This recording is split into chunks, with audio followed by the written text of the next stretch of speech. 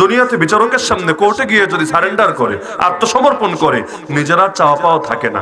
বিচারক যদি বলে জেলে যাও, জেলে যাওয়া লাগবে। বিচারক যদি বলে জামিন দিলাম, আলহামদুলিল্লাহ বাড়ি যাওয়া যাবে। বিচারক যদি বলে তোরে ফাঁসির রায় দিলাম, তাও কিছু করার নেই, ফাঁসিতেই ঝোলা লাগবে। আমার আর কিছু বলার নেই, বিচারকের কথাই আমার কথা, বিচারকের বলাই আমার বলা।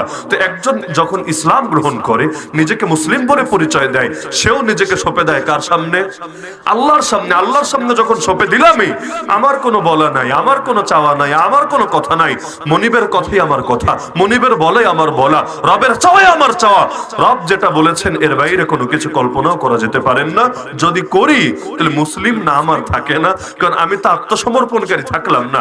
আত্মসমর্পণ যদি করেই দেই, রবের কথার বাইরে কোনো কথা মাথায় আসতে পারে না। তাহলে আদর্শিক পরিচয় মনে থাকবে তো ইনশাআল্লাহ। নবীর মূল পয়েন্ট, এবার ইউসুফ আলাইহিস সালাম দাওয়াত শুরু করলেন, ইয়া সাহিবাই সিজনি, হে আমার কারাগারের সঙ্গী। কারাগারের সঙ্গী পরিচয়টা বড় সুন্দর পরিচয়, যারা জেলে যান নাই বুঝবেন না। দুইটা জিনিস এমন চিরকাল ভোলা যায় না। এটা আমার না, যারা আমাদের দ্বিগুণ বয়সী তাদেরও কমন অভিজ্ঞতা। দুইটা জিনিস এমন ভোলা যায় না, এক হলো জেলের সঙ্গী, আর এক হলো আরাফাতের ময়দানের সঙ্গী। আরাফাতের ময়দান বুঝলেন?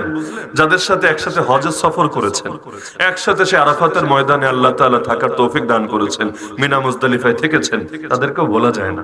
বহুকাল পর দেখলো, আল্লাহ আপনি এখানে হজ করেছিলাম একসাথে, এই 50 বছর আগে, 20 বছর আগে, মনে পড়ে যায়। একইভাবে জেলে এই এখন থেকে মাত্র 3-4 দিন আগে বাংলাদেশের গুরুত্বপূর্ণ এক ব্যক্তি, নাম নাইবা বললাম, তার সঙ্গে দেখা, বাহিরে প্রথম দেখা। এর আগে কোনোদিন বাহিরে দেখা হয়নি, দেখা হয়েছে জেলখানার ভেতরে। তার একজন পরিচয় করিয়ে দিচ্ছে, উনি মুফতি আলী হাসান উসামা। বলে আমারে চিনানো লাগবে না, আমার জেল জীবনের সাথী তো, এই জেলের পরিচয় কোনোদিনও ভুলবো না। এটা যতই আমি বুড়া হই সমস্যা নাই, এই পরিচয় ইনশাআল্লাহ যতদিন মেমোরি ঠিক আছে মনে থাকবে। এজন্য ইউসুফ আলাইহিস সালাম ও নাম দিয়া ডাক দিলেন না, ডাক দিলেন কি বইলা? ইয়া সাহিবাই সিজন, হে আমার জেলখানার সাথী, হে আমার জেলখানার সাথী, তোমরা শোনো, আরবাবুম মুতাফাররিকুনা খায়র আমি আল্লাহুল ওয়াহিদুল কাহ্হার। তোমরা আমাকে বলো, এতক্ষণ তো আমি বললাম, এবার তোমরা আমাকে বলো, অনেক রব, বিচ্ছিন্ন বিচ্ছিন্ন, বিক্ষিপ্ত বিক্ষিপ্ত অনেক রব থাকা ভালো, নাকি একমাত্র পরাক্রমশালী সর্বময় ক্ষমতার মালিক এক আল্লাহই ভালো? তোমরা আমারে ক্লিয়ার করো। নবী প্রশ্ন ছুড়ে দিলেন তাদের কাছে। তাহলে কি বুঝলেন? নবী দাওয়াত এখান থেকে শুরু করছেন। এতক্ষণ তো নিজের আদর্শিক পরিচয় দিলেন, প্রথম কথাই বলছেন এটা।